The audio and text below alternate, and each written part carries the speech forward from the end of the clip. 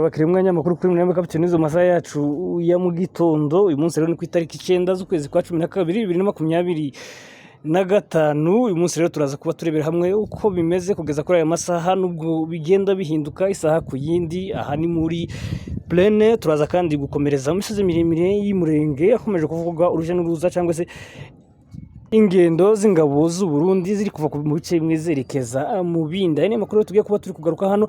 Turaza kandi kuba dusoreza amakuru yacu kuzatangajwe na Perezida Felix Antoine Tshisekedi ubwo yagezaga ijambo ku baturage nk'uko bisanzwe bikorwa no mu bindi bihugu, aho Perezida agaragaza uko igihugu gihagaze. Ibi nibyo tugiye kuba turi kugaruka muri aka kanya nk'ibisanzwe rero muri aya masaha yacu ya mu gitondo. Tudatinze rero kaduhera amakuru yacu muri iyi misozi cyangwa se muri bibaya bya Plene. Ahangaha niho habimaze iminsi habera imirwano itoroshye iri guhuza ingabo za Repubulika ya Demokarasi ya Kongo kufatanya n'iz'u Burundi ndetse na FDLR na Wazalendo zihanganye n'ihuriro Alliance du Fleuve Congo imaze n'ubundi kwambura ibice bitari bikeya. Iri huriro rirwana ku ruhande rwa leta ya Kongo kuva rero batangiye imirwano ikaba igize uyu munsi wa 9 rero bahanganye n'izi ngabo aho bamaze gutakaza ibice byinshi. Nubwo bimeze bityo rero ku munsi w'ejo bigarura ibice bitandukanye birimo Sange, Kabunambo ndetse kuri ubu ngubu bakaba bageze muri Runingu.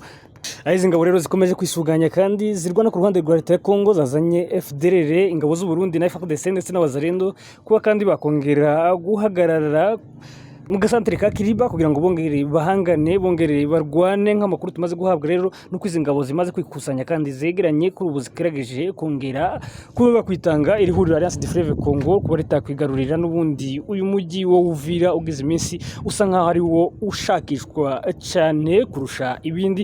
Imirwano nkuko twagiye tubigarukaho yagiye isiga ibice byinshi bimaze kwigarurirwa na Alliance du Fleuve Congo ndetse benshi bahatakariza ubuzima yabo baturage. Ibisasu byaraswaga n'ingabo za FARDC ndetse abaturage benshi rero bakaba bamaze kuva mu byabo muri ibi bice bitandukanye birahangaha muri izi territoire cyangwa se muri izi groupe mazimaze kwigarurirwa na Alliance du Fleuve Congo, aho benshi kugeza kuri ubu ngubu bahunze berekeza mu bice bitandukanye. Bamwe berekeza za Rwanda, abandi mu gihugu cy'u Burundi, abandi bakomeza mu mujyi wa Bukavu, abandi berekeje n'ubundi mu bice bitandukanye byerekeza za Uvira, aho ukugeza kuri ubu ngubu abaturage bamaze kuba mu zabo batari bake n'abandi benshi bahatakarije ubuzima nyuma yaho ingabo za FARDC ndetse n'Abazalendo basubiranyemo bagaterana ibibombe.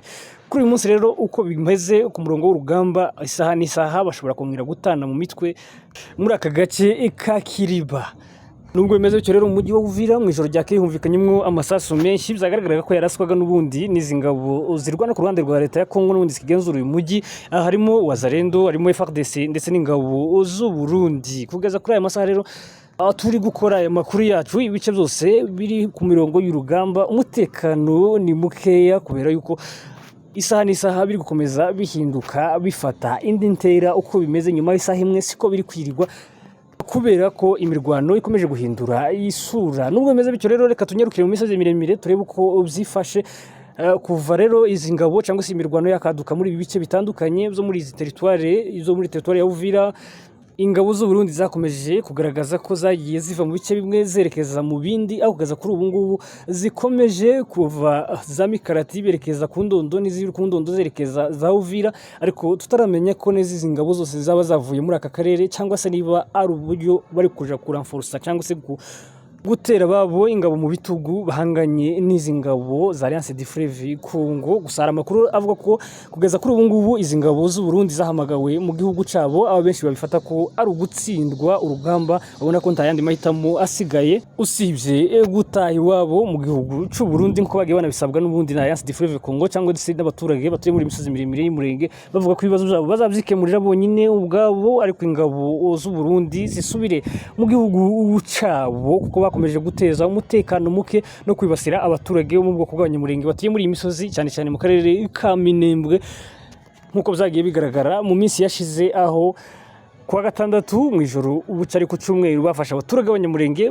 uko twagiye tubigaruka mu nkuru zacu bagatotezwa ndetse kugeza kuri ubu ngubu basubijwe mu karere ka Bijombo aho kugira ngo babareke bakomeze bataha mu gihugu cyangwa se mu karere kabo ka Minembwe. Izi ngabo z'u Burundi rero zikaba bibazwa icyishe inyuma y'ibi bikorwa zari zikomeje gukora z'urugomo aho kugeza kuri ubu ngubu nabyo umwuka utakizimere neza muri aka karere k'imisozi miremire y'Umurenge. Ni nyuma yaho y'imirwano rero yubuye muri iyi ntara ya Kivu y'Amajepfo. Reka tunyarukire rero Kinshasa turebe bizatangajwe na Perezida Felix Antoine Tshisekedi ubwo yagezagaho ijambo ku baturage b'Abanyekongo abaganirira ku byavuye mu mishyikirano yamuhuzaga na Perezida Paul Kagame w'u Rwanda. Aha byaberaga i Washington bihagarariwe na Perezida Donald Trump wa Leta Zunze Ubumwe za Amerika. Ubwo yagezaga ijambo ku baturage yagaragaje ko igihugu cy'u Rwanda cyakoresheje intwaro zabo cyangwa se igice kimwe cy'ingabo zabo bashinga intwaro ziremereye muri Bugarama barasa muri Repubulika ya Demokarasi ya Kongo mu bice bitandukanye harimo za Ruvunge ndetse na za Kaziba. Iri ni ijambo ryavuzwe rero na Perezida Felix Tshisekedi. Arongera agaragaza ko mu masezerano basinyanye ari uko ingabo za Kongo z'u Rwanda zigomba kuva ku butaka bwa Kongo. Ibi Perezida yabitangazaga ubwo yagezaga ijambo ku baturage b'Abakongomani i Kinshasa umugwa mukuru wa Kongo. Yanagaragaje ko kandi yigeze kugirana ibiganiro na Alliance du Fleuve Congo n'ubundi bigikomeje biri kubera i Doha muri Qatar. Ati ku ntangiriro yabyo twaraganiriye nabo tubemerera ko tubajana mu kigo tukabasubiza mu buzima busanzwe abandi bakaja mu gisirikare bitewe na kiriteri cyangwa se n'ibigenderwaho.